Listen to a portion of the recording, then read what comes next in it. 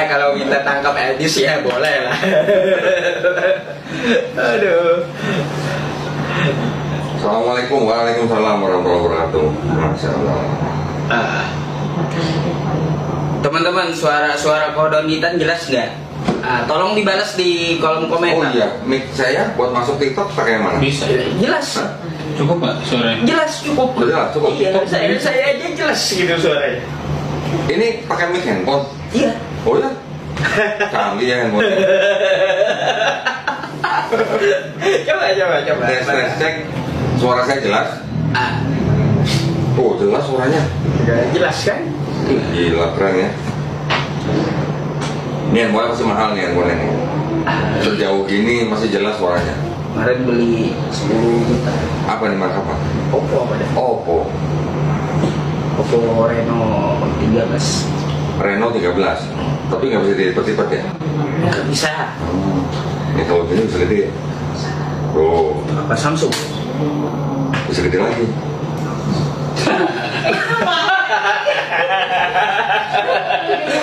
Aduh, iya kalah teman-teman, HP saya kalah sama begini tuh. kodonitan. Nah, Bisa begini tuh.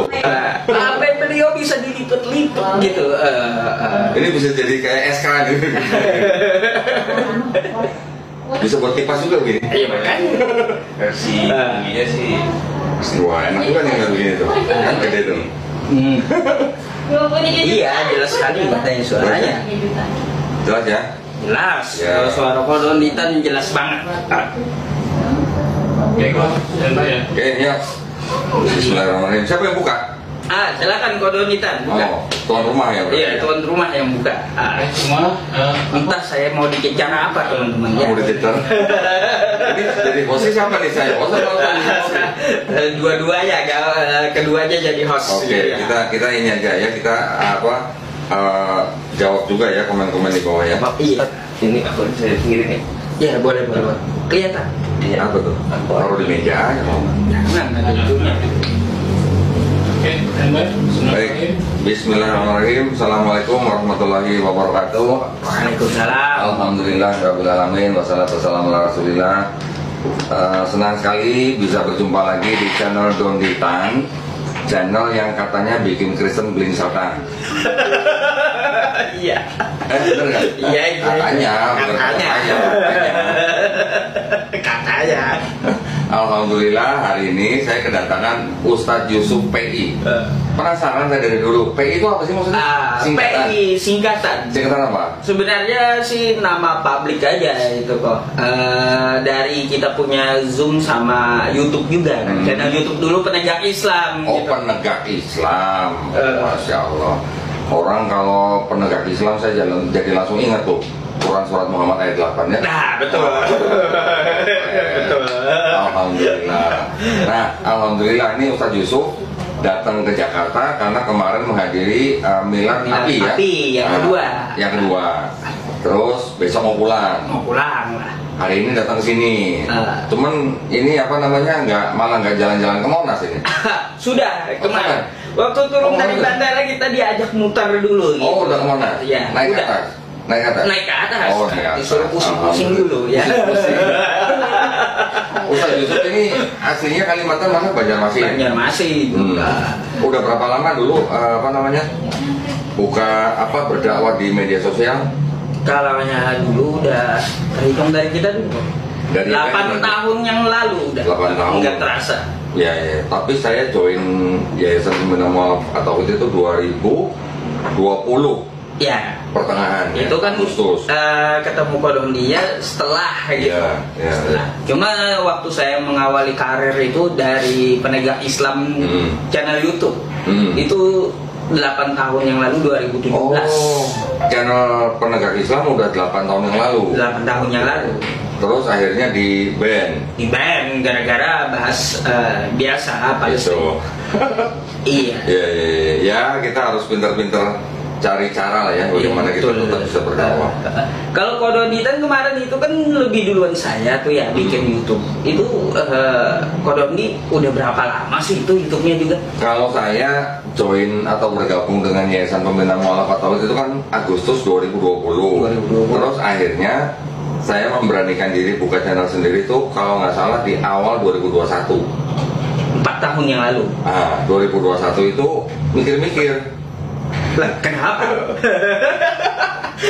Kenapa buka YouTube aja harus mikir gitu? Mikirnya apa waktu itu gini. Saya kan pengusaha, kontraktor. Customer saya itu masih Kristen semua. Oh gitu. Ya. Ya, customer Kristen semua. Teman-teman juga masih banyak yang Kristen. Mikir-mikir, aduh gimana nanti ya kalau gini. Tapi akhirnya saya kita Muslim, berserah diri ya kepada Allah SWT. Jadi ya udahlah, nilai ta'ala aja udah. Iya. Terserah mau customer masih mau pakai saya, terserah, enggak juga udah, terserah, pokoknya saya serahkan aja ke Allah SWT. Tapi setelah tahu banyak yang kabur gitu. Ternyata setelah tahu nggak ada masalah. Oh, nggak ada masalah. Santai-santai aja. Kirain banyak yang kabur. Jalan terus. Jadi ya ini pesan ya, ini juga pelajaran buat kita. Jadi teman-teman dan kita semua jangan sampai kita berpikir rezeki itu dari orang. Betul. Ya, rezeki itu dari Allah SWT. Kalau seolah-olah kita mendapatkan uang dari orang lain, itu hanya cara Allah untuk menyampaikan rezeki itu ke kita ya, lewat orang lain. Nah, orang lain ini mau agamanya apa aja itu terserah Allah. Iya kan? Betul. Jadi ketika itu, oh alhamdulillah, berarti kita memang tidak boleh berpikir rezeki itu dari orang, rezeki itu tetap dari Allah. Intinya kita tidak berharap kepada makhluk lah. Karena kalau berharap kepada makhluk itu pasti kecewa. Betul. Apalagi kepada makhluk dan digantung. Ini mulai udah teman-teman, mulai udah. Iya kan sesuai kan biasa yang saya bawa ya di TikTok gitu ya. Apa kalau nonton dia selalu ngomongin gantung-gantung. Iya kan ada dalil ya kan gitu. Allahus Samad. Ya. Allah tempat bergantung seluruh makhluk, bukan yang digantung oleh makhluk. Kan ada dalil ya gitu. Kita punya dasar gitu. Alhamdulillah ya. Jadi saya tahu Ustadz Yusuf P ini juga udah cukup lama. Ya, semenjak kita bergabung di Yayasan Pembinaan Mu'alafah Tauhid, baru sekarang ketemu orangnya langsung. Iya, udah berapa tahun? Masya Allah, sekarang udah gemukan ya? Iya, dulu kurus karena banyak pikiran. Sekarang ada pikiran jadi gemuk. Iya. Alhamdulillah. Nah, kalau gitu, apa nih yang mau kita bicarain? Ya banyak sih kalau Dondi yang mau saya tanyakan ke Dondi banyak gitu. Sekilas tentang masalah ya perjuangan kita di dalam agama. Nah, apalagi kan Dondi kita tahu sendiri ya teman-teman, beliau bergerak di lintas agama gitu ya, anggaplah satu jalur dengan saya kan kayak gitu ya. Makanya saya pengen mengulik juga gitu pengalaman beliau yang dapat saya jadikan pelajaran juga gitu. Mungkin kan beliau juga tanya pengalaman saya, ya kita sharing lah intinya kayak gitu. Ya gini Dondi, saya mau tanya ya, tadi kan di belakang layar tadi ada hal yang menarik gitu. Kalau diajak berantem itu banyak berapa kali sih dan berapa orang gitu yang berantem? Saya berapa kali ada yang DM saya ngajak berantem, itu banyak. Saya pikir ini orang udah nggak bisa bantah, nggak bisa berargumen, akhirnya ngajakin berantem. Ya yang begini-begini menurut saya nggak usah layanin lah. Kalau mau berantem ya udah ikut MMA aja, orangnya suruh ikut UFC gitu. Iya bisa jadi gitu. Ini kan namanya perang pemikiran. Kalau perang pemikiran kalau sampai lari ke otot, ini bukan perang pemikiran lagi. Iya. Ya kan gitu. Nah temen intinya gini, kita sama-sama sebagai orang yang membela agama Allah ya, bukan membela Allah, membela agama Allah. Membela agama, bukan membela Allah. Iya beda. Allah nggak perlu dibela. Betul, beda ceritanya kalau membela agama Allah dan membela Allah itu beda. Kita sebagai orang-orang yang membela agama Allah, kita harus saling mengisi. Betul. Ya kan? Ustadz Yusuf PI pasti lebih jago baca Quran daripada saya. Ustadz Yusuf PI pasti jauh lebih jago kalau masalah Quran dan hadis. Saya mungkin banyak literasi tentang kekristenan. Ya kita saling mengisi aja. Betul. Ya. Nah, inilah upaya kita untuk apa? Berjihad. Berjihad supaya kita sama-sama menegakkan agama Allah di bumi, gitu ya. Karena kan di Quran surat Muhammad ayat 8, siapa yang menegakkan agama Allah, siapa yang membela agama Allah kan kedudukannya akan diteguhkan. Betul. Nah makanya kita harus saling ngisi. Ya. Iya teman-teman, saya sering juga ya. Setiap kali beliau punya video di YouTube, saya sering lihat argumentasi dari Kodonditan teman-teman, yang ya bisa menjadi amunisi untuk saya diskusi dengan Kristen yang ada di TikTok. Ada TikTok? Iya, banyak saya juga ngambil pelajaran dari podcastnya Kodondi. Ya, teman-teman semua. Kalau Ustaz Yusuf ini berarti jamaahnya tuh ini ya, TikTokiah ya? TikTokiah. Itu ada berapa tuh TikTokiah? Itu udah 4.000, 5.000, 5.100. Masya Allah. TikTokiah aja Iya, jemaah. berarti jemaah TikTokiah berarti. Iya, kalau Kodondi kan itu YouTubiah. Iya, teman-teman YouTubiah. Aduh, Masya Allah. Ya, hari ini saya teman-teman sangat seneng gitu ketemu beliau, karena udah beberapa tahun beliau nyuruh saya ke sini untuk ketemu. Baru ini qadarullah hari ini teman-teman baru bisa ketemu beliau gitu. Alhamdulillah. Iya, alhamdulillahirabbil alamin. Nah, jadi teman-teman semuanya yang di TikTok juga ya, kalau Anda mau bertanya silakan tulis di kolom komentar apa yang mau ditanyakan nih ya dari jemaah saya kepada Kodonditan. Karena kan banyak yang request tuh ya kemarin itu. Ayo Ustadz Yusuf sama Kodonditan gimana podcastnya kan kayak gitu ya. Nah, hari ini sudah saya penuhin nih. Dari Kalimantan saya datang ke sini, jangan disia-siakan gitu. Nah, jauh-jauh loh. Iya, jauh-jauh begitu. Iya. Untung nggak apa-apa nak. Ya teman-teman semuanya, jadi banyak pertanyaan sih ya kepada Kodonditan. Terus ya saya juga waktu masuk ke sini ya ke studio beliau gitu ya teman-teman. Wah, ini alatnya pun nggak kaleng-kaleng gitu. Kalah kalau saya bawa alat ke sini teman-teman. Alat saya sedikit gitu, alat beliau waduh sangat banyak. Nah, kalau TikTok kan cukup handphone aja. Ini lampunya nggak dinyalain toh?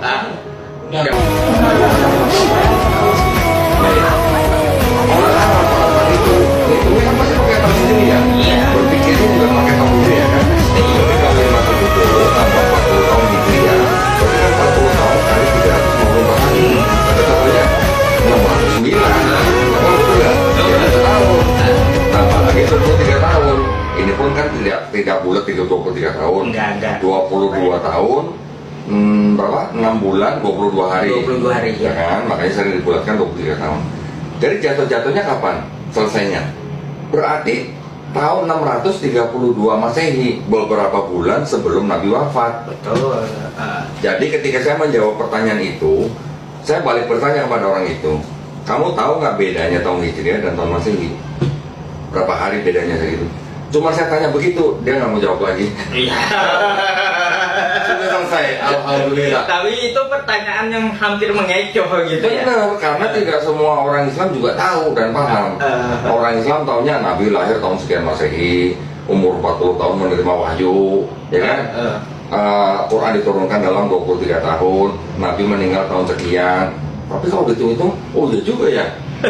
Kalau menurut perhitungan Masehi, berarti Nabi sudah meninggal, Quran masih turun. Siapa yang terima? Gitu. Ternyata itu semuanya mudah dijawab. Ya, insya Allah kalau kita berserah diri kepada Allah, insya Allah tuh ilham datang. Ya. Betul. Ketika saya tanya, kamu tahu nggak bedanya Hijriah sama Masehi berapa hari? Nggak jawab lagi dia. Saya tahunya kalau nggak salah hampir 2 minggu, cuma tepatnya kan nggak tahu gitu. 11 hari pokoknya. Ya.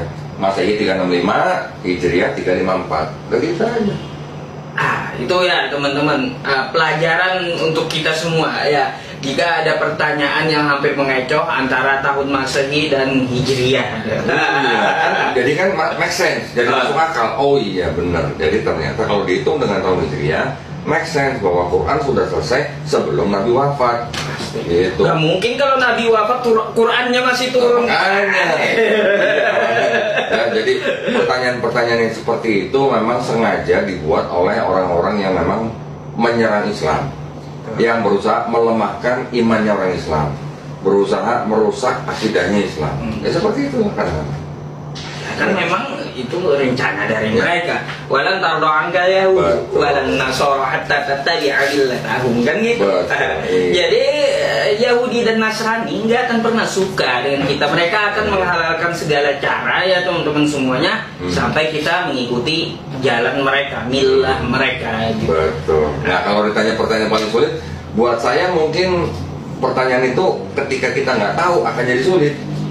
Ya, tapi ketika kita tahu, kita bisa membedakan tahun Hijriah dan tahun Masehi. Ya ini mah pertanyaan gampang atau Kalau gitu ya pakai Excel teman-teman, sesuai pengalaman Kodon dia. Saya hitung pakai Excel. Ini kalau 40 tahun kali 354 hari itu berapa hari? Saya masukin ditambah dari tahun 570 Masehi. Ketemunya tahun berapa Masehi? Sampai begitu. Masih Quran berapa hari? Hitung, tambahin lagi, ketemunya di tahun berapa? Ternyata jatuhnya di beberapa bulan sebelum Nabi wafat. Ya pasti. Kan Haji Wada atau yang terakhir. Iya, sebelum itu Quran sudah selesai. Udah, karena kan surah terakhir itu surah Al-Kautsar. Bukan ini Quran surat apa namanya? Yang idza jaa nasrullahi wal fath. Bukan. Hah? Bukan. Al-Kautsar yang terakhir. Inna a'tainaka al-kautsar fasholli li rabbika wanhar. Supaya jangan salah. Setahu saya itu. Coba. Surat terakhir dari Al-Quran. Terakhir yang diturunkan. Sampai browsing beliau teman-teman. Nah, terakhir yang diturunkan Quran surat Al-Maidah ayat 3. Al-Maidah ayat 3 al-yauma akmaltu lakum dinakum itu Quran surah Al-Maidah 9 hari sebelum Haji Wada. Enggak, yang turun saat Nabi Muhammad SAW melaksanakan Haji Wada. Iya. Itu diturunkan 9 hari sebelum Nabi Muhammad SAW wafat. Coba yang paling akhir. Ini yang paling akhir. Ini tulisannya. Al-Maidah ayat 3 ya. Al-Maidah ayat 3. Coba deh nanti Ya, coba buka kitab lagi dah ya. Banyak karena terlalu banyak baca Bible ini susah juga. Kemarin ya saya teman-teman di Milad Api itu menekankan gitu kepada kita ya, yang Muslim, apalagi yang berdiskusi lintas agama, yang setiap hari menggunakan TikTok untuk melihat diskusi lintas agama. Jangan sampai lupa gitu dengan Al-Quran kita. Kan kayak ini kan yang istilahnya pada hari ini telah aku sempurnakan agamamu untukmu. Dan telah aku cukupkan nikmatku bagimu. Dan telah aku ridhoi Islam sebagai agamamu. Iya, Al-Maidah ayat 3, al-yauma akmaltu lakum dinakum wa atmamtu 'alaikum ni'mati wa raditu lakum. Ini pelajaran juga buat kita ya. Kita aja kadang-kadang bisa beda tuh. Iya, kadang bisa beda juga apa yang dipelajari gitu, teman-teman. Tapi di balik itu ya tetap juga satu tujuan, ya satu pelajaran yang kita ambil ya teman-teman semuanya, bahwa Islam itu luas gitu ilmunya. Mungkin kalau kita belajar seumur hidup ya teman-teman, agama Islam ini nggak habis ilmunya. Ya memang kan kita harus belajar sampai mati. Iya, tolabul ilmi fardhatun 'ala kulli muslim. Betul itu ya. Unik juga teman-teman semuanya. Cuma masalah tahun Hijriah dan Masehi gitu yang mengecoh ya.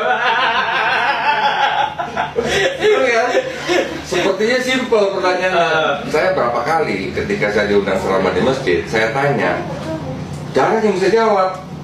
Ya, paling dari berapa kali nanya di masjid mungkin ada 1-2 yang bisa jawab lah. Itu harus menggunakan tidak. Insya Allah itu berarti orang belajar itu. Gitu. Tapi rata-rata semua jawab pada nggak bisa jawab, pada bingung. Aduh.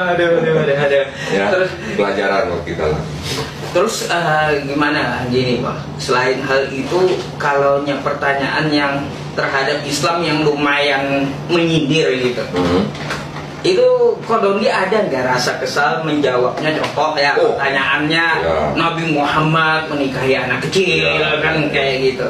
Itu ada nggak rasa kesal dalam menjawab gitu?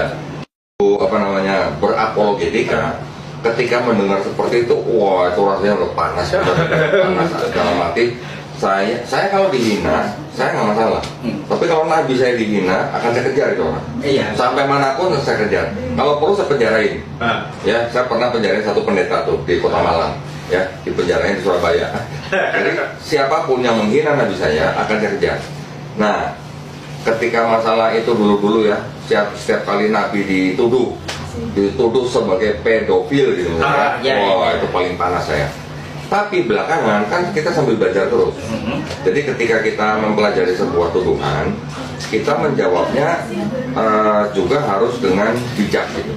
Ya, kita juga harus mengikuti tauladan dari Nabi Muhammad SAW dalam berdakwah.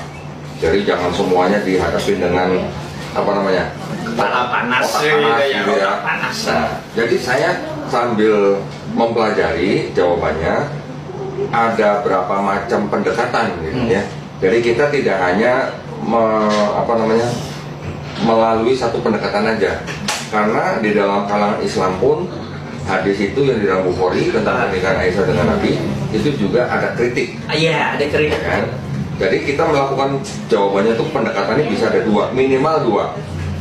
Pertama, anggap saja betul, ya saya bilang nih, anggap saja betul Aisyah dinikahi usia 6 tahun, berumah tangga 9 tahun. Anggap saja betul.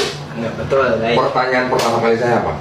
Siapa musuh Nabi yang protes dengan pernikahan Nabi ketika Aisyah usia 6 tahun dan berumah tangga 9 tahun? Iya, siapa yang pernah memasalahkan gitu ya? Musuh Nabi ya, yang kenal Nabi, yang hidup bersama Nabi, yang protes dengan pernikahan Nabi dengan Aisyah. Kalau benar usia 6 tahun ya dan berumah tangga 9 tahun. Saya pengen dengar siapa? Abu Jahal kah? Hah? Nggak ada, nggak pernah ada. Abu Sofyan kah? Abu Sofyan. Atau siapa lah, Abu Lahab kah? Saya pengen dengar siapa yang protes. Iya sih, nggak ada. Pernah dengar? Nggak pernah. Nggak ada kan? Nggak ada. Iya. Kalau nggak ada yang protes, berarti kalaupun pernikahan itu benar, berarti artinya apa? Ya pernikahan yang wajar. Yang wajar, yang normal. Bahkan kalau kan kita akan luas lagi nih, kalau kita baca lagi, ketika Aisyah dinikahkan dengan Nabi, sudah ditunangkan dengan laki-laki lain loh. Nah, Aisyah iya. sudah, ya cuman namanya saya lupa. Ternyata sudah ditunangkan dengan laki-laki lain. Berarti pada zaman itu norma masyarakatnya sudah boleh. Boleh, iya. Ya. Terus kita belajar lagi yang lebih luas lagi. Ketika kita melihat ke agama yang lain, Yahudi misalnya, di Yahudi pernikahan dini itu ternyata juga wajar. Ya. Bahkan kalau kita baca Talmud itu lebih mengerikan lagi. Usia 3 tahun. Nah, jadi kalau ketika kita baca di kitabnya orang Yahudi, Ishak menikahi Ribka usianya baru 3 tahun. Saya ada teksnya tuh. Menulis 3 tahun, 3 years old. Ya. Daud berzina dengan Betseba. Pernah dengar? Ada kan? Ada. Istrinya orang nih. Kalau Iya, orang sini bilang binor gitu kan. Iya, tahu. Betseba itu bisa dihitung umurnya. Dari mana? Dari usia kakeknya. Kakeknya namanya siapa? Ahitofel. Ahitofel ini penasehatnya Raja Daud. Nah, berapa usianya Ahitofel ketika mati? Orang Yahudi bilang 33 tahun, orang Kristen bilang 31 tahun. 33 tahun sudah punya cucu. Berarti punya anak umur berapa tuh Ahitofel? Iya, ya. Berarti umur 10-11 tahun sudah punya anak tuh. Iya. Benar nggak? Ketika usia 33 tahun sudah mati dan dia sudah punya cucu, berapa usianya Betseba pada waktu itu? Dihitung-hitung mundur, ketemu usia Betseba tuh baru 7-9 tahun. Baru tahu saya kok. Ya, nanti kalau mau perhitungan detailnya saya ada. Iya. Jadi saya sampai ke situ, sampai saya ngitung gitu, sampai ke Betseba tuh usia berapa? Dan saya cari sumbernya. Sumber Yahudi yang ngomong Ahitofel meninggal usia 33 tahun apa? Sumber Kristen yang mengatakan Ahitofel meninggal 31 tahun apa? Saya ada semua. Supaya apa? Supaya orang Kristen nggak bisa bantah. Kalau saya dengar cerita Nabi Daud itu keselnya dibilang berzina, itu fokus saya ke situ. Itu kan di kitab mereka. Terus ini siapa tadi? Ishak menikahi Ribka 3 tahun, Daud berzina dengan Betseba, Betsebanya 7 tahun. Maria, ibunya Yesus di dalam kitabnya Kristen tidak ditulis usia berapa ketika mengandung. Tapi ada kitab mereka di luar Bible yang menjelaskan bahwa Maria usianya 12 tahun. 12 ya, itu tahu. Yusufnya umur berapa? 99 katanya. 90. 90 tahun. 90. 90 tahun. Terus saya mau nanya, saya tanya balik dong. Kalau begini, Ishak, Daud, Yusuf ini bisa nggak disebut pedofil menurut standar mereka? Bisa nggak disebut pedofil kalau menurut standar orang yang menuduh? Harus bisa dong. Iya. Harus bisa dong. Nah, mereka pasti akan mengelak lagi gitu. Ketika kita bisa tunjukkan bukti-buktinya yang tertulis yang ada di dalam kitab Yahudi maupun Kristen, mau ngomong apa? Itu kalau kita anggap Aisyah benar nikah usia 6 tahun dan berumah tangga usia 9. Ya, itu kalau benar. Itu yang dari Sahih Bukhari. Satu lagi, di dalam kitab mereka bilangan pasal 31 ayat 35 sampai 40, Tuhan minta upeti 32 perawan. Itu tahu saya. Tahu. Tahu. Yang namanya perawan di dalam tradisi Yahudi usia berapa? Makanya Maksimal 11 tahun. 11. Kalau Tuhan minta upeti 32 perawan perempuan, usia berapa? Nah, ini Tuhan ini pedofil bukan? Coba ini kok saya pertanyaan tadi bilangan itu yang bingungnya gimana cara mengetahui wanita itu perawan gitu? Apakah dulu ada ilmu kedokteran yang itulah. Itu kita serahkan lah. Iya ya teman-teman. Gimana cara mengetahui perawan gitu? Karena kalau tradisi Yahudi, wanita usia 3 sampai 11 tahun itu gimana ya? Kalau ditidur itu nggak apa-apa katanya. Memang nggak ada batasan. Nah, zaman dulu lah ya, kita nggak tahu zaman dulu lah. Oke, itu satu pendekatan. Jadi pendekatan pertama kita anggap saja betul, tapi ada informasi dari kalangan mereka sendiri yang kurang lebih sama. Ya, pernikahan dini gitu kan. Kalau kita pakai pendekatan yang kedua, menurut Ibnu Abbas, hadis itu periwayatnya kan Hisham. Hisham ketika meriwayatkan sudah berada di Irak. Iya, betul. Sudah pikun. Sudah pikunnya itu kritiknya. Kemudian kita juga bisa melihat dari umur kakak perempuannya Aisyah. Asma 10 tahun lebih tua daripada Aisyah.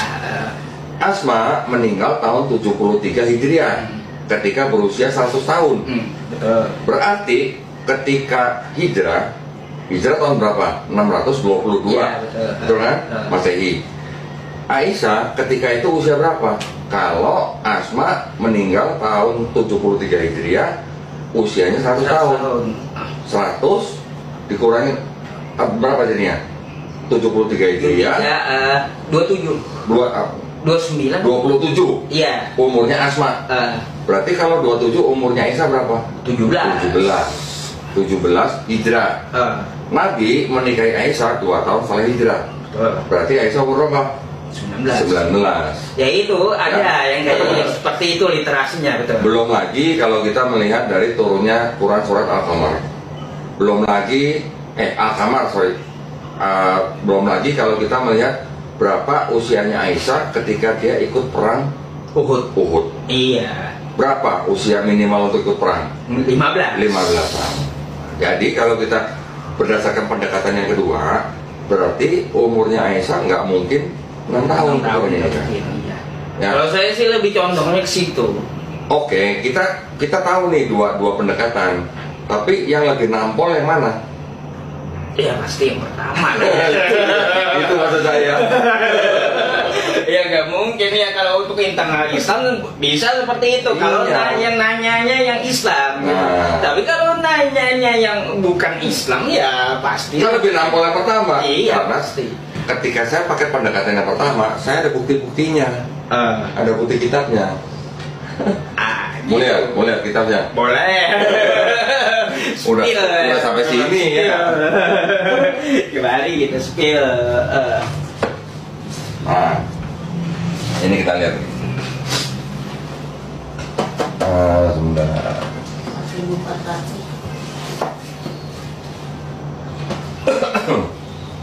Nih, ini kitabnya orang Yahudi. Kitab ini namanya The Humas. Humas ini isinya cuma 5 kitab Musa. Kejadian, Quran, Muhammad, belakang. Ya. Kita lihat di sini. Ini udah saya tandain tuh merah-merah. Udah digeser dikit nih. Kalau mau dipoto silakan. Nih, ini ayatnya, ini tafsirnya orang Yahudi, ulamanya Yahudi. Berapa usianya Rebecca? Rebecca was but 3 years old. 3, iya betul teman-teman. 3 years. Padahal yang catat ini. Ini ulamanya orang Yahudi. Iya, 3 tahun teman-teman di sini. But 3 years old. Jadi umur Rebecca itu waktu dinikahi umur 3 tahun. Kata ulamanya Yahudi dia. Ada kitabnya Kodondi gitu. Ini ada jual Pak? Ada. Ini bisa dibeli di luar negeri tapi Nggak ada di Indonesia? nggak ada kayaknya. Waduh. Kalau gitu nanti saya minta fotonya aja teman-teman ya sebagai data. Boleh dipoto aja, dipoto. Iya. Nah ini buat amunisi juga ya teman-teman, ditunjukkan kepada kawan-kawan kita ya bahwa menurut ulama Yahudi di sini teman-teman, Rebeka dinikahi Ishak. Ini ulama Yahudi ya, berumur 3 tahun gitu. Keren. Sedap nggak? Ini Kita ada. nggak usah banyak ngomong, kita tunjukin ini aja. Iya. Udah cukup jelas gitu. Ini ada sebuah gospel namanya Protevangelium of James. Ya, ini gospel tapi tidak masuk dalam Bible-nya orang Kristen. Ya, kita lihat di sini. Ini menceritakan tentang, tutup aja nih. Apa? Nah, menceritakan tentang Maria. And when she was berapa tahun? 12 years old. 12 iya. Iya teman-teman, ini memang tertulis gitu loh ya, ada buktinya yang disampaikan oleh Kodondi gitu. Enak kan? Kalau nunjukin begitu. Iya. Nah ini bisa teman-teman buat kita tunjukkan kepada kawan-kawan kita yang Kristen gitu ya. Jangan kau tuduh nabi kami sedangkan di kitab kau kayak gini gitu loh maksudnya. Terus kita bisa mikir nggak begini? Kalau mereka pakai standar pedofil, menikahi anak kecil, Maria yang menghamili Maria siapa? Yusuf atau Roh Kudus? Kudus kalau tertulis di tempat mereka. Kata orang Kristen, Roh Kudus kan? Roh Kudus Tuhan bukan? Tuhan. Tuhan mengambil anak perempuan 12 tahun, pedofil bukan? Standarnya ya, ini standarnya penuduh ya. Gini, standar pedofil menurut mereka itu sampai umur berapa sih? Kalau kayak yang namanya anak itu antara sampai usia 15 tahun. Sampai 15 itu masih disebut anak-anak. Nah, jadi kalau orang yang punya kecenderungan suka dengan anak perempuan yang masih kecil itu usianya sampai 15 tahun. 15 tahun. Jadi kalau Maria 12 tahun masih tergolong anak-anak masih tergolong. Ya, itu menurut standar moral zaman sekarang. Tapi zaman dulu nggak ada. Apakah masih bisa disebut anak-anak? Yang disebut anak-anak itu kan anak perempuan kalau belum datang bulan. Belum puber, itu masih disebut anak-anak. Di Islam ada nggak kita standar usia minimal perempuan yang boleh dinikahi, ada nggak? Tidak ada. Ada. Di Quran tidak disebutkan usia minimal sekian tahun, enggak. Yang disebutkan dalam Quran adalah anak-anak perempuan yang sudah siap mental dan fisiknya. Cuma di fikih sekarang kodon batasan menikah itu sudah haid. Iya, maksud saya sudah haid itu kan berarti sudah siap fisiknya. Iya, betul. Kalau perempuan sudah haid berarti dia sudah bisa bereproduksi. Betul, itu. Nah, sekarang kalau kita anggap Sahih Bukhari tadi benar, Aisyah menikah 6 tahun, berumah tangga 9 tahun. 9 tahun, kalau kita lihat dari sisi ilmu pengetahuan, nah ini menarik nih. Aisyah atau orang Arab itu rasnya ras apa? Ya. Namanya ras Kaukasoid. Ras Kaukasoid itu sama dengan rasnya orang bule. Ya, ras orang bule. Ras Kaukasoid menurut ilmu pengetahuan nih, kalau tinggal di tempat yang panas dan dietnya atau makanannya banyakkan daging, dia lebih cepat dewasa daripada orang ras Mongoloid. Kita orang Asia ini ras Mongoloid. Beda ya. Jadi umur 9 tahun bisa jadi dia sudah dewasa dalam arti fisiknya. Fisiknya udah gede. Ya. Sekarang saya tanya, di Indonesia ada nggak anak perempuan usia 10 tahun sudah haid? Sekarang ada. Ada. Iya. Itu ras Mongoloid padahal umur 10 tahun aja sudah haid. Masalahnya gini, saya dulu sekolah konon di kelas 3, di kelas 3 Madrasah Ibtidaiyah. Itu teman saya udah haid gitu. Haidnya di kelas. Umur berapa? 9. 9 tahun itu. Padahal ini ras Mongoloid. Iya. Apalagi yang ras Kaukasoid tinggal di tempat panas, makanannya banyak daging. Itu maksudnya. Itu dari sisi ilmu pengetahuan. Iya sih. Ya, jadi dari dua sisi pendekatan ini semuanya bisa menjawab tuduhan-tuduhan konyol itu. Lagi pula sebutan pedofil atau istilah pedofil itu adanya kapan? Ini baru-baru aja, nggak ada dulu. Ya sebutin nih. Ini ada di dalam sebuah buku.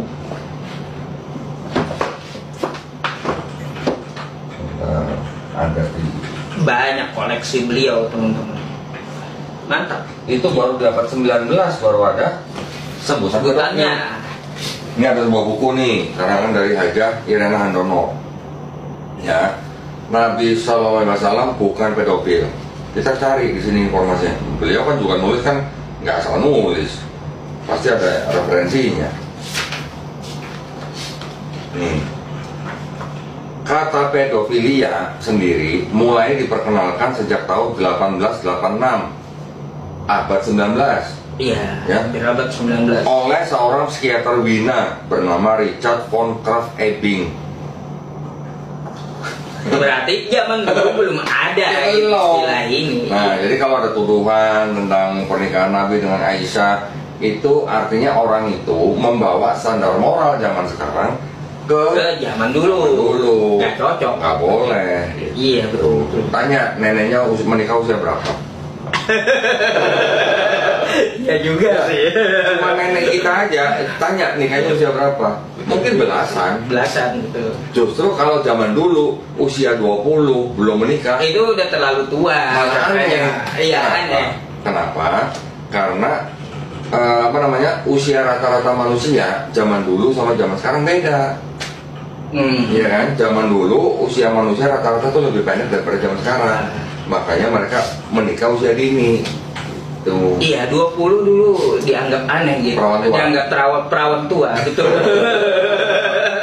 Iya, teman-teman. Iya kan? Betul juga sih. Betul. Perawan tua katanya. Kalau orang tua bahasa Kalimantannya apa? Perawan tua, bujang lapuk. Oh, bujang lapuk. Oh, bujang lapuk juga bisa untuk perempuan? Iya. Oh gitu ya? Saya pikir bujang lapuk cuma untuk laki-laki aja. Lapuk. Nah gitu, jadi kita dalam melihat sebuah tuduhan atau isu, kita harus melihatnya dari sisi yang lebih luas, ya, dari sisi ilmu pengetahuan, dari sisi tradisi, dari sisi sejarah, dari sisi antropologi. Kita juga harus tahu. Kalau nggak tahu ya nanti kita bisa cuma marah-marah gitu. Menarik ya teman-teman. Pantas banyak yang datang ke tempat Kodondi karena apa? Menarik gitu bicara dengan beliau. Iya. Nggak ada bosan-bosannya. Kalau kita cuma tahunya cuma satu sisi aja, nggak banyak atau nggak luas, yang jatuh nanti kita cuma bisanya emosi. Gitu. Tapi kalau kita tahu dari sisi-sisi mana aja, kan enak jawabnya. Tunjukin balik nih umur berapa? Nih umur berapa? Selesai perkara. Jadi teman-teman wajib kita foto ya, buat amunisi. Saya nggak punya jujur teman-teman, karena nggak ada jual kayaknya di Indonesia ini. Ini bukunya nih. Nah, yang ini nggak ada. Iya, the Stone Edition. Lagi pula di dalam bukunya Ustazah Irena Handono ini banyak sekali dicontohkan orang-orang dari kalangan Kristen yang menikah pernikahannya juga dini, pernikahan gitu. dini semua, banyak banget. Kalau itu saya pernah baca sekilas kok di kerajaan Inggris. Iya, Kan nggak ada Inggris. tuh. Ya. Ada sih saya baca sekilas. Lagi pula usia pernikahan di setiap negara itu juga masih banyak yang membolehkan perempuan menikah usia belasan tahun. Ada yang 12 tahun, 13 tahun, 14, 15, 16 masih boleh. Nih ada daftarnya. Coba. Kurang apa? Iya, betul. Ya. Jadi yang menuduh itu sebenarnya hanyalah tuduhan yang usang. Yang Ya, sudah ada luar sana. ada luar sana. Kenapa? Pada zaman Nabi nggak ada yang protes. Nggak ada betul. Protesnya baru sekarang. Kenapa? Karena mereka memang membenci Islam dan ingin menghancurkan Islam, tapi dari dalam. Dari dalam betul.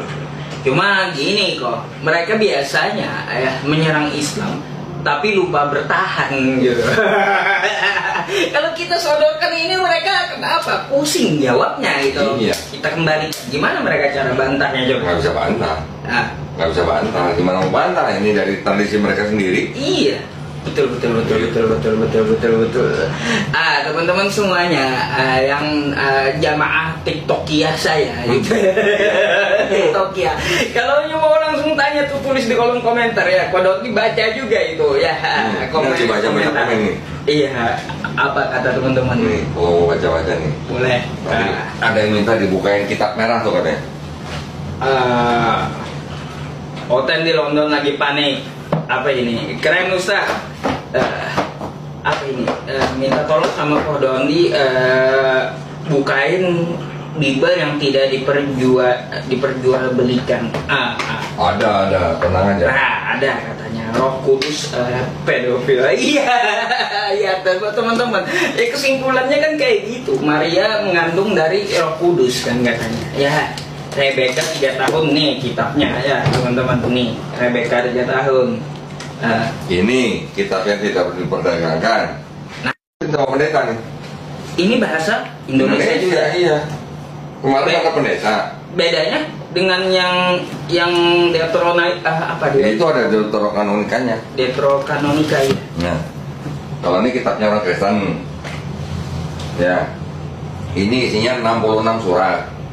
66 surat ini ada di sini. Cuman yang di sini ditambah 7 kitab Deuterokanonika, ditambah lagi ada tafsirnya. Jadi yang mana yang betul? 66 sini sama dengan 66 sini. Cuman kalau di sini tambah 7 Deuterokanonika plus tafsir. Nah, di sini nggak ada tafsirnya. Kalau ini yang dipegang oleh jemaat. Nah, ini kan tipis nih. Ini kalau ke gereja kan enak banget. Iya, diketekin. Nah, kalau ini kan susah. Kan kalau diketekin mudah karena tipis ya teman-teman. Sampai di sana gitu dibuka aja satu ayat habis itu ditutup gitu. Gitu biasanya. Teman-teman kalau yang mau lihat ini mungkin udah sering lihat ya di channel saya. Di sini tuh tulisannya apa nih? Tidak untuk diperdagangkan. Ini dengan pengantar dan catatan lengkap. 2009 dipersembahkan pada umat Katolik Indonesia oleh Direktorat Jenderal Bimbingan Masyarakat Katolik Departemen Agama Republik Indonesia. Percetakan Arnoldus ND. Jadi kalau di sini ada ayat tapi tidak ada catatan kakinya, di sini ada catatan kakinya. Ini ayatnya, ini catatan kakinya. Berarti sama aja kayak tafsirnya lah. Itu kan ada di aplikasi ya, aplikasi tafsir ya. Itu sama dengan ini. Sama. Oh, ada juga gitu. Jadi ini fisiknya. Kalau yang di website itu di online. Baru ngerti saya kenapa ada bedanya. Saya pikir dulu teman-teman ada 66, ada 77 yang mana yang betul gitu. Firman Tuhan bisa dipotong-potong gitu. Bisa jadi kalangan Protestan menolak 7 dari Katolik. Yang Katolik menolak 5 dari Ortodok. Yang Ortodok menolak 3 dari Ethiopia. Jadi yang Ethiopia jumlahnya 81 surat, yang Ortodok 78 surat, yang Katolik 73 surat, yang Protestan 66 surat. Pertanyaannya, yang mana yang bukan firman Tuhan? Makanya, kalaupun firman Tuhan semuanya, kok bisa firman Tuhan dihilangkan dulu lah? Nah, ini lebih dari Tuhan yang hilangin firman Tuhan. Ditolak. Nah, sekarang tolong bacain ini.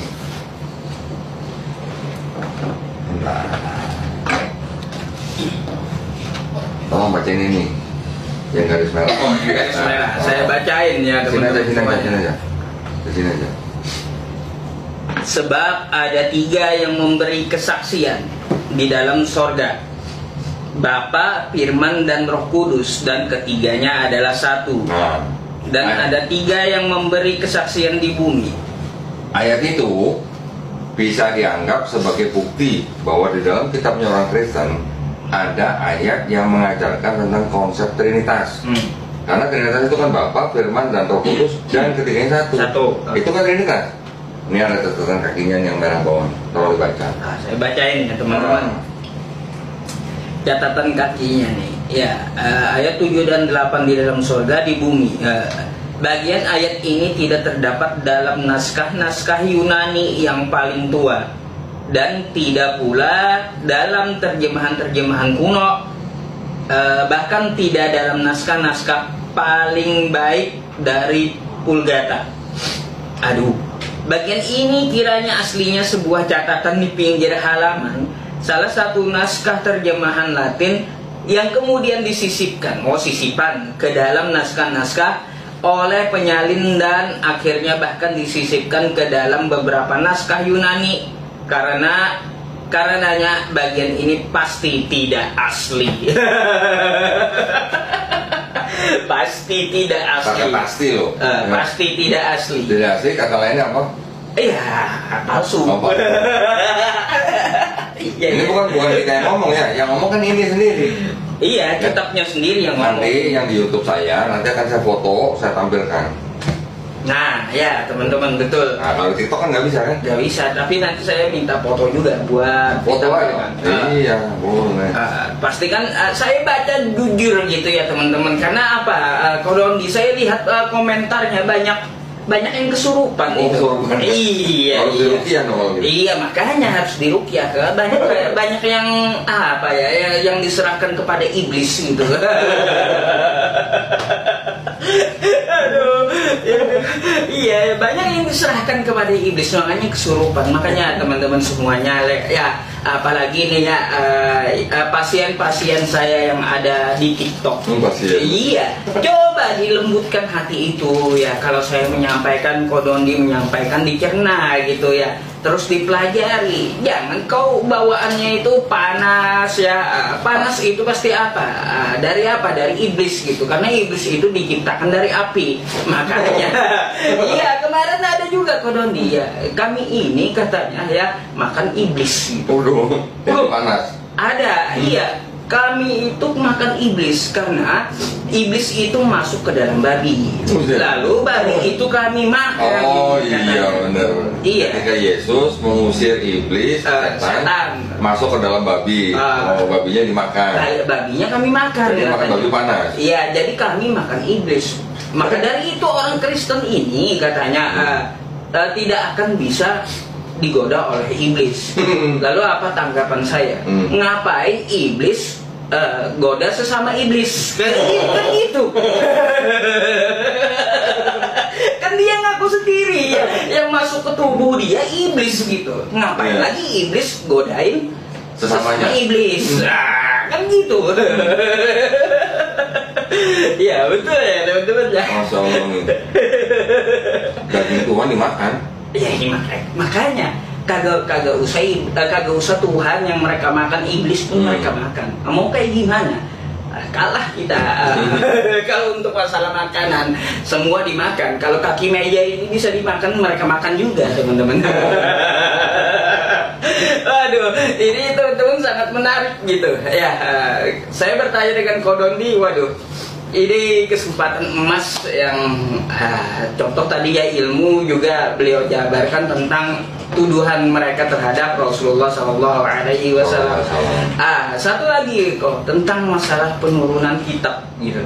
Penurunan maksudnya transmisi? Ya, transmisinya. Kalau kita kan di dalam agama Islam, ketika Rasulullah SAW menerima wahyu, itu kan beliau akan memanggil Zaid bin Sabit, sekretaris beliau, salah satunya kan. Lalu beliau bacakan, ditulis oleh Zaid bin Sabit. Ketika Zaid bin Sabit mencatatkan, lalu Zaid bin Sabit akan membacakan lagi, didengarkan oleh Rasulullah. Jika Rasulullah verifikasi bahwa betul yang diterima seperti itu, kan baru disebarkan. Baru disimpan dan disebarkan. Nah, kan kayak gitu. Nah, kalau untuk mereka ini, yang saya pertanyakan kepada Kodondi satu, gitu. Kita tahu Yesus itu kan berbahasa Aramaik karena tokoh dari Kristen kan Yesus. Dia berbahasa Aramaik ya teman-teman kesehariannya. Habis itu tiba-tiba kitabnya, teks yang dikatakan asli itu muncul dari Yunani, kan kayak gitu. Kira-kira Kodondi ada nggak yang teksnya itu dari Aramaik sebelum dari Yunani? Ada, tapi yang di perjanjian lama. Perjanjian lama. Juga, ya, Aramaik juga ada. Cuman gini, kita harus tahu penulisnya itu siapa, ya? Apakah yang menulis itu Yesus sendiri? Bukan. Apakah yang menulis itu orang-orang yang pernah ngopi bareng Yesus? Bukan juga. Bukan. Nah, yang ngomong itu siapa? Yang ngomong itu ternyata ahli-ahli perjanjian baru ya, dari kalangan Kristen sendiri.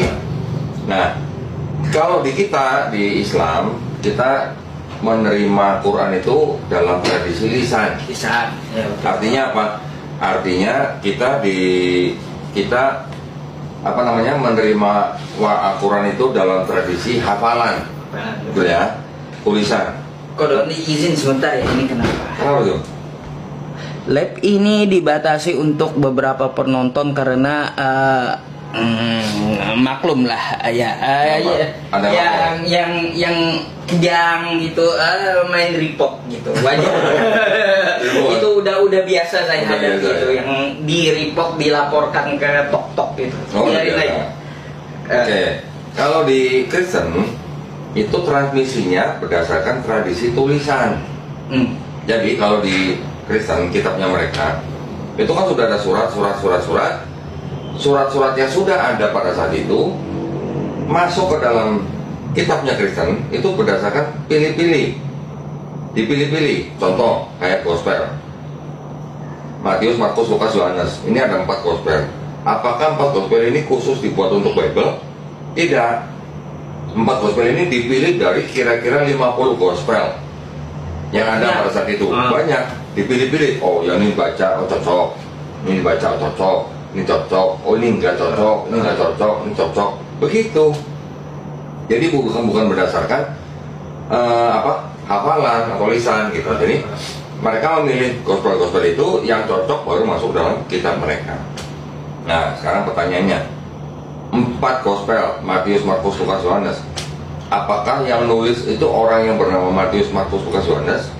Nah itu iya pernah jadi pertanyaan saya. Ya, yang pertama ditulis yang Markus. 10 tahun kemudian baru yang penulis Matius dan penulis Lukas menyadur dari Markus. Menyadur. Yang di Matius 90% berasal dari Markus. Yang di Lukas 50% berasal dari Markus. Nah, makanya karena Matius dan Lukas menyadur dari Markus, makanya kan ceritanya banyak samanya. Makanya ketiga gospel ini disebut sebagai gospel sinoptik. Ya, kalau yang Yohanes itu gaya bahasanya beda sendiri. Yang Yohanes ditulis kira-kira tahun 95 Masehi. Belakangan, jangan kaget ya. Nah, ini pertunjukan yang baru lagi nih teman-teman. Yang Markus, kita pindah dulu. Yang Markus ternyata menyadur tulisan orang bernama siapa? Homer. Homeric Epics, Gospel of Mark. The Homeric Epics. Pernah dengar? R. McDonald. Ini baru dengar saya. Dia membandingkan antara cerita tentang Odyssey, Raja Odyssey dari kerajaan Iliad, dibandingkan dengan Gospel Markus. Ya, ternyata cerita tentang Odyssey ini yang ikut membantu menghancurkan kota Trojan. Pernah dengar Trojan? Trojan pernah. Odyssey bersama Achilles dan membantu temannya menghancurkan kota Trojan. Kemudian Raja Odyssey ini pulang ke negerinya, kerajaan Iliad. Selama 10 tahun, cerita ini diadopsi di dalam Markus. Oh, gitu. Ceritanya diambil, nama orang dan nama tempat diganti. Diubah gitu ya. Nah, berarti Markus menyadur Homer. Homer itu siapa? Homer itu penulis novel. Hidupnya 800 tahun sampai 700 tahun sebelum Masehi. Sebelum Masehi berarti Sebelum Nabi Isa. sebelum Yesus ya. Sebelum Yesus. 700 tahun sebelum Yesus sudah nulis tentang Odyssey. Ceritanya diambil oleh penulis Markus. Bisa dilihat di sini. Ini udah saya lipat-lipatkan tuh, banyak saya lipatkan tuh. Ya kan? Ini yang saya lipat-lipat ini adalah kutipan-kutipan yang cerita dari Odyssey dibandingkan dengan Markus. Nah, coba lihat. Boleh. Odyssey di 118 Markus 15:17 kok. Iya teman-teman. Kolose 1:8-1-3 dan 6. Nah, persamaannya Markus 15 nomor 7. Iya ya. Gitu. Oh, ini cuma ganti nama ya. Nah, iya. Tapi jadi kitab suci ya. Jadi kitab suci itu tuh. Gimana dong? Apa? Ternyata kitab sucinya orang Kristen menyadur dari cerita novelnya Homer. Padahal Markus ini ya. Markus. Gimana? Iya. Kalau Ustadz Yusuf sebagai orang Kristen, gimana rasanya kalau tahu begitu? Ya kalau kita ya nggak bisa kita katakan suci lah. Ini kan tulisan sebelum Yesus gitu ya teman-teman. Ya. Sama cuma ganti nama gitu. Markus ini ngambilnya dari Odese, cuma diganti-ganti gitu namanya. Nama orang diganti, nama tempat diganti. Nama tempat diganti, iya. Ingat cerita Yesus, kakinya atau kepalanya diurapi oleh seorang wanita dengan minyak mahal. Ya. Ada di situ. Lah, namanya siapa? Yang diceritakan Raja Odise. Walah. Iya teman-teman, ini serius ya. Saya nggak bohong loh. Ternyata kitab Markus itu adalah catatan Odese ya 700 tahun sebelum Yesus. Ganti oleh Markus namanya di sini. Ceritanya sama, namanya ganti gitu dan tempatnya. Gimana dong? Kalau begitu gimana? Ya, kan saya udah bilang jangan kaget. Oke, ini Markus. Yang Yohanes menyadur tulisannya orang bernama Euripides. Itu benar gak dari Plato? Yohanes 1:1. Oh enggak, bukan. Kalau itu filosofi Helenistik. Kalau ini ada penulis namanya Euripides. Dia menulis tentang Dionysus, anaknya dewa Zeus. Aneh lagi. Yohanes. Gimana? Ya saya teman-teman jujur nggak heran kalaunya Kodoni ini saya salut ya. Karena apa ya? Setelah datang ke tempat beliau, ashadunya di tempat gitu. Pantas kalau kayak gini ditunjukin gitu. Orang yang menggunakan akal sehat, yang mau mikir gitu, pantas ashadu gitu. Karena apa? Yang beliau tunjukkan ini bukti-bukti semuanya gitu. Nah ini ya teman-teman ya, siapa tahu ada pendeta yang nonton juga ya, pasien saya dari TikTok ya gitu ya. Saya rekomendasikan nih juga ya, belajar dengan Kodondi nih ya, banyak ya tentang kekristenan. Beliau nggak bohong, saya sendiri yang buktikan loh ya. Saya sendiri yang buktikan. Nah, pantas ashadunya di tempat gitu. Kalau mau mikir, iya, karena apa? Setiap kali datang ke tempat beliau, ashadunya di tempat. Atau mikir-mikir dulu satu hari, besoknya syahadat. Sering kayak gitu. Karena apa yang ditunjukkan memang kayak gini gitu. Yang kayak gini yang bukti konkret gitu loh teman-teman. Loh, kalau saya kan cuma ngajak orang mikir. Saya kan nggak masak. Jadi yang Markus menyadur Homer, yang Yohanes menyadur Euripides. Ini sama juga nih. Nah iya, ya. Cuma ganti nama ini. Iya teman-teman. Gimana ya saya tunjukin ya? Bagaimana ceritanya sebuah kitab suci, tapi yang menceritakan Tuhannya, tapi ternyata saduran daripada penulis novel ratusan tahun sebelumnya. Jadi ya Kodondi betul kata Quran surah Ali Imran ayat 78 gitu. Di situ kamu akan melihat orang-orang yang mereka membaca kitab agar kamu menyangka bahwa ini berasal dari Alkitab gitu.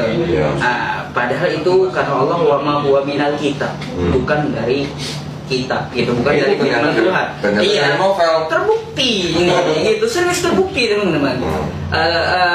Di situ dikatakan juga mereka mengatakan ini dari Allah, langsung dibantah Allah wa ma huwa minal wa ma huwa min indillah gitu. padahal bukan dari Allah. Ternyata apa? Buktinya ini. Buktinya. Nah. Iya teman-teman, ya sadaqallahul azim, maha benar Allah gitu dengan segala firman-Nya. Terbukti lah. Anda buka aja Ali Imran 78 loh. Anda akan melihat orang-orang yang membaca mengakunya bahwa bacaan ini adalah Alkitab. Padahal kata Allah bukan dari firman Tuhan. Dan mereka mengatakan ini firman Allah yang mereka baca itu. Langsung dibantah Allah, wa ma huwa min indillah. Padahal bukan dari Allah. Buktinya nih, ya buktinya depan mata saya sendiri gitu lah. Yang ditunjukkan Kodondi teman-teman. Sedap kan? Iya. Waduh. Jadi ya seperti ini yang tadi kita di awal bilang, kita saling melengkapi. Betul. Ya, ayat Qurannya sudah ada, bukti-buktinya kita juga harus cari. Betul nggak Kodondi? Betul. Ali Imran 78. Betul. Betul. Buka aja. Sampai terharu loh saya. Iya teman-teman. Serius sampai terharu saya ditunjukkan Kodondi. Anda sendiri kan buktinya kan. Nah, jadi ini kan gimana ya, ironisnya gini, yang diceritakan dari mulai Matius, Markus, Lukas, Yohanes ini kan cerita tentang Tuhannya orang Kristen. Tapi ternyata berasal dari dua penulis yang menulis novel. Ini kalau ini tahun berapa? Yang kalau yang Euripides saya lupa. Kalau yang Indonesian Gospel. benar. Kalau ini kan ketahuan. Euripides. Ya, teman-teman. Tahun Top Al-Quran. 480 sebelum Masehi, meninggal 406 sebelum Masehi. Berarti kalau yang Euripides itu menulis umurnya 500 sampai 400 tahun sebelum Masehi. Kalau yang ini Homer 100 ya. 800 sampai 700. Nah, ini teman-teman ini ya, coba teman-teman kalau ada uang beli ini.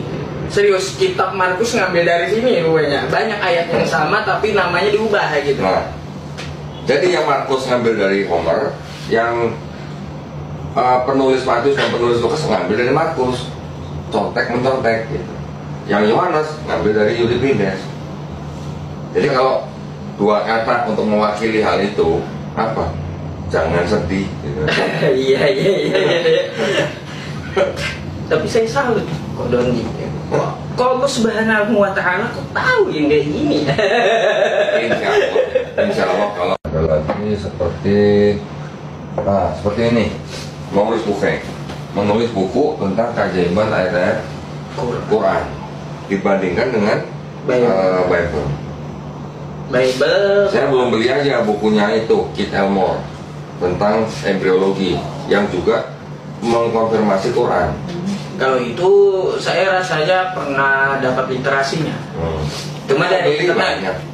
Dari internet. Kalau yang buku fisik belum sepenuhnya baca. Saya dulu ketika mulai berapologetika, saya pikir kalau pakai buku-buku fisik seperti ini cara kuno.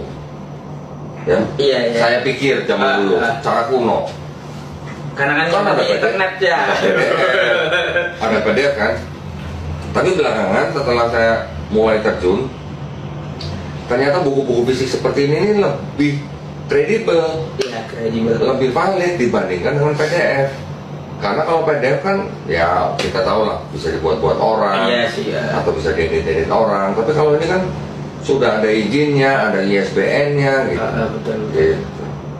Makanya saya tidak bisa menjadi jamaah TikTokia. Iya, nggak bisa kata Kodondi karena TikTok kecil gitu. Kecil kameranya. Buat nunjukin literasi beliau kurang memuaskan. Iya, nggak puas. Aduh. Ya. Itu udah diutarakan semenjak awal tadi sama saya teman-teman. Iya. Mungkin Kodondi ada yang mau dijawab gitu dari komentar. Tuh ada berapa? Coba dibaca apa mau tanyain. Apa teman-teman? Yang mau ditanyain kata teman-teman. Yang mau ditanyain nih oleh teman-teman. Kalau saya ya teman-teman semuanya jujur ditunjukkan oleh Kodondi ya terbukti gitu Al-Quran kita. Ya sebentar, saya mau hilangkan ini dulu.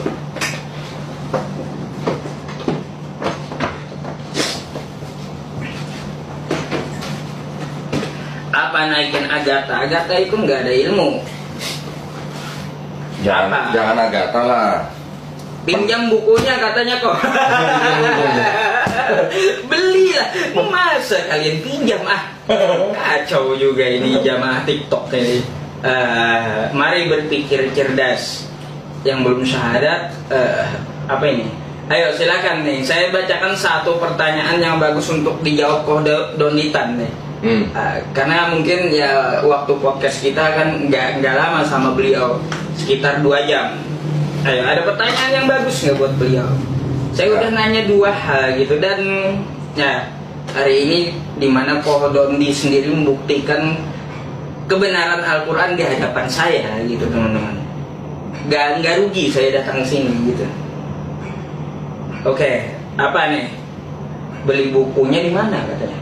Oh, macam-macam, ada yang di Amazon, ada yang di toko-toko buku online di luar negeri. Nah, tuh teman-teman. Ya. Ada yang datangnya seminggu, ada yang datangnya sebulan, ada yang nggak nyampe. Ada juga begitu. Oh, ini Kodondi, ini ada pertanyaan yang bagus dan juga saya kurang tahu banyak ya tentang ini. Gimana tentang masalah Injil Barnabas? Kan? Oh, Barnabas. Nah, Barnabas itu aja ditanyainnya, heran. Ini pertanyaan yang iya juga mewakili saya gitu. Dari dulu yang ditanyain itu aja. Nih, saya pegang. Yang saya pegang ada 2 nih. Kalau Barnabas nih ya. Kok kecil kali bukunya? Sebenarnya ada 3 yang namanya Injil Barnabas. Yang pertama itu judulnya The Epistle of Barnabas. Ini terjemahan bahasa Inggrisnya. Ya, Epistle of Barnabas ini ditulis kira-kira abad kedua Masehi. Oke. Yang kedua itu judulnya Acts of Barnabas. Acts of Barnabas itu ditulis kira-kira abad 5 Masehi. Lalu gimana dengan bantahan mereka yang katanya bahwa Barnabas ditemukan tahun 1500? Nah, tapi dulu. Yang ketiga itu yang ditulis katanya kira-kira abad ke-13 Masehi. Nah, ini terjemahan bahasa Inggrisnya. Inggris. Yang abad 13 ini diterjemahkan ke bahasa Spanyol di abad 15, diterjemahkan ke bahasa Itali abad 16. Terus diterjemahkan ke bahasa lain termasuk bahasa Inggris yang ini. Yang sering dipertanyakan oleh umat Islam itu apa? Yang ini ya, bukan yang Acts of Barnabas dan Epistle of Barnabas. Yang sering dipertanyakan yang terakhir, yang ini nih. Yang ini sebenarnya ini bukan dokumennya orang Kristen, juga bukan dokumennya orang Islam. Kenapa? Karena banyak setelah ditelusurin, dipelajarin, ini diduga yang nulis orang Islam, yang nulis Iya, dugaan, tuduhan mereka kayak gitu. Nah, ini kita juga mengakui, kita juga orang Islam tidak boleh menerima ini sebagai informasi yang valid. Kenapa? Karena banyak di sini terjadi apa namanya, apa ya, sebutan-sebutan yang tidak sesuai pada zamannya. Ya, istilahnya apa sih itu?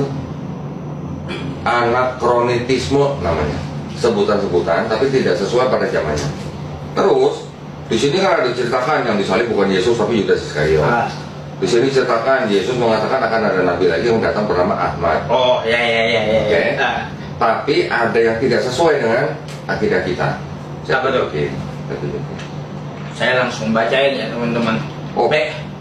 Background Barnabas ini juga sebenarnya siapa gitu? Kalau Barnabas yang di Bible diceritakan yang bersama dengan Paulus itu diceritakan adalah orang yang soleh, bukan yang sejaman dengan Yesus. Ya kalau boleh dikatakan sejaman, sejaman, tapi Barnabas dan Paulus itu mereka apa namanya, berkolaborasi itu setelah Yesus nggak ada gitu.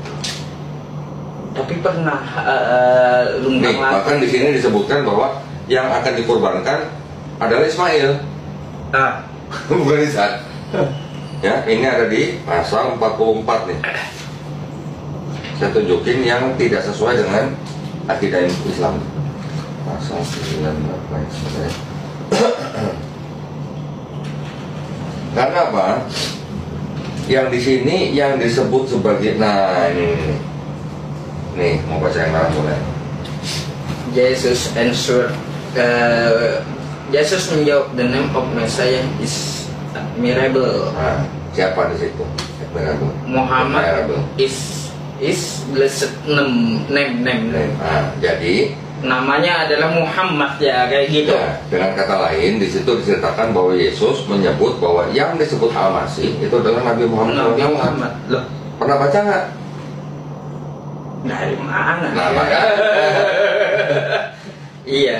makanya kita jangan menerima itu sebagai informasi yang valid gitu. Ini tidak memenuhi kriteria kalau kita bandingkan dengan ilmu hadis.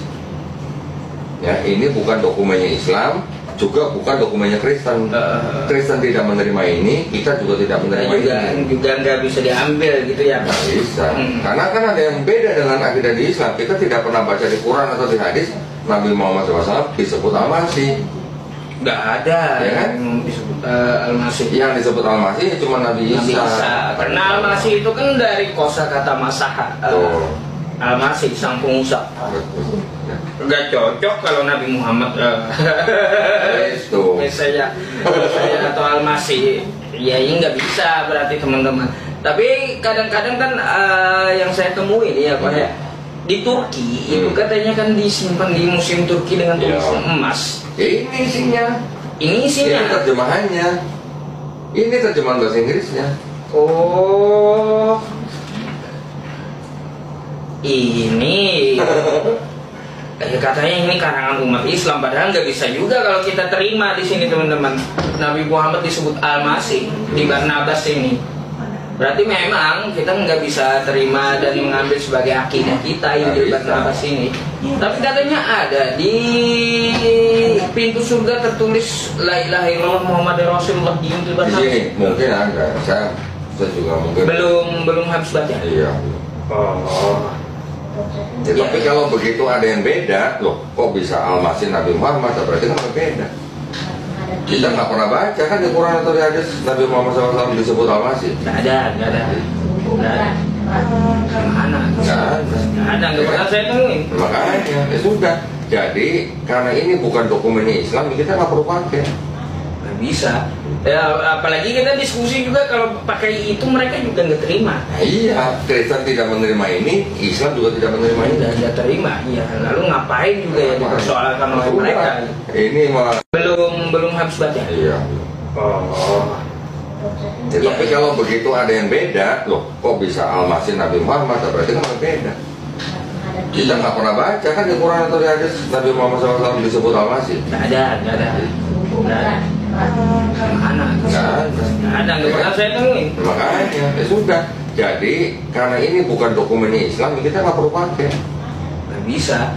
Ya, apalagi kita diskusi juga kalau pakai itu mereka juga nggak terima. Nah, iya, Kristen tidak menerima ini, Islam juga tidak menerima ini. Nggak terima. Iya. Lalu ngapain juga ya dipersoalkan oleh mereka? Ini malah istilahnya nggak bisa dipakai. Iya sih. Soalnya tiap kali ceramah selalu tanya ini.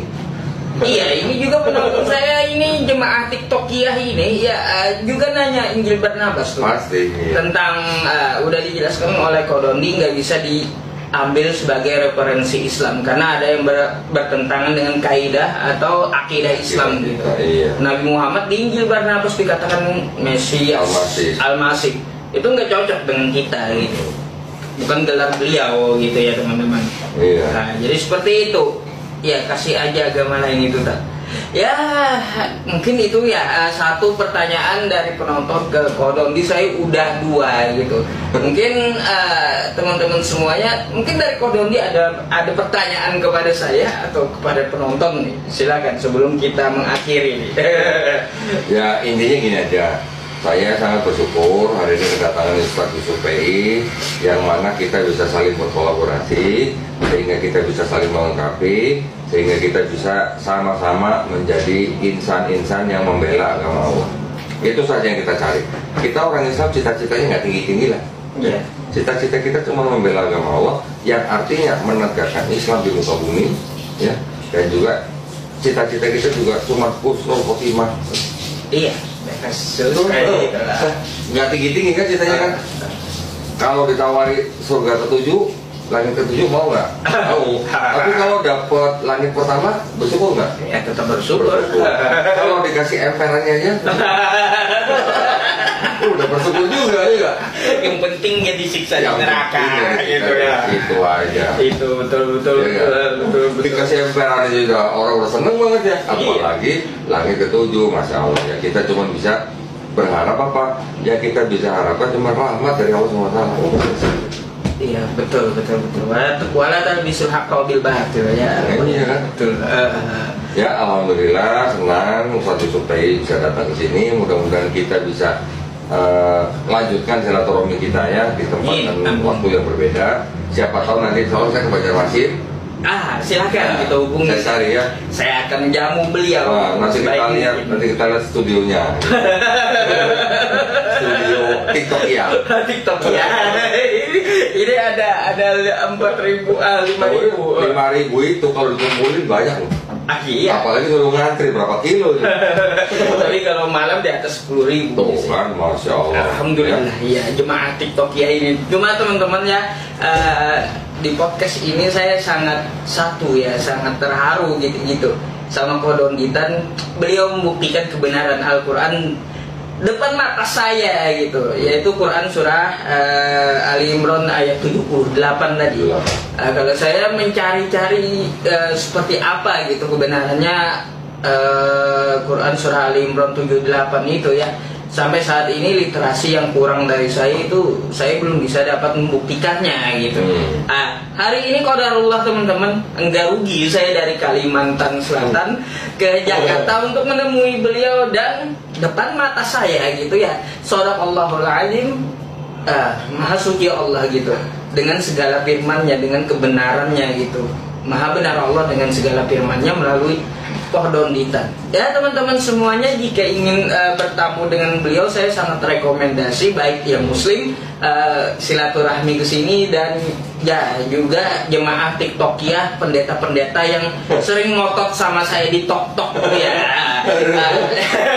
Datang aja ke sini sama beliau ya, saya rekomendasikan. Boleh. Datang ke sini kita jamu. Ya, dijamu oleh beliau. Gitu. Kita jamu dengan makanan minuman, kita jamu dengan dokumen juga. Iya.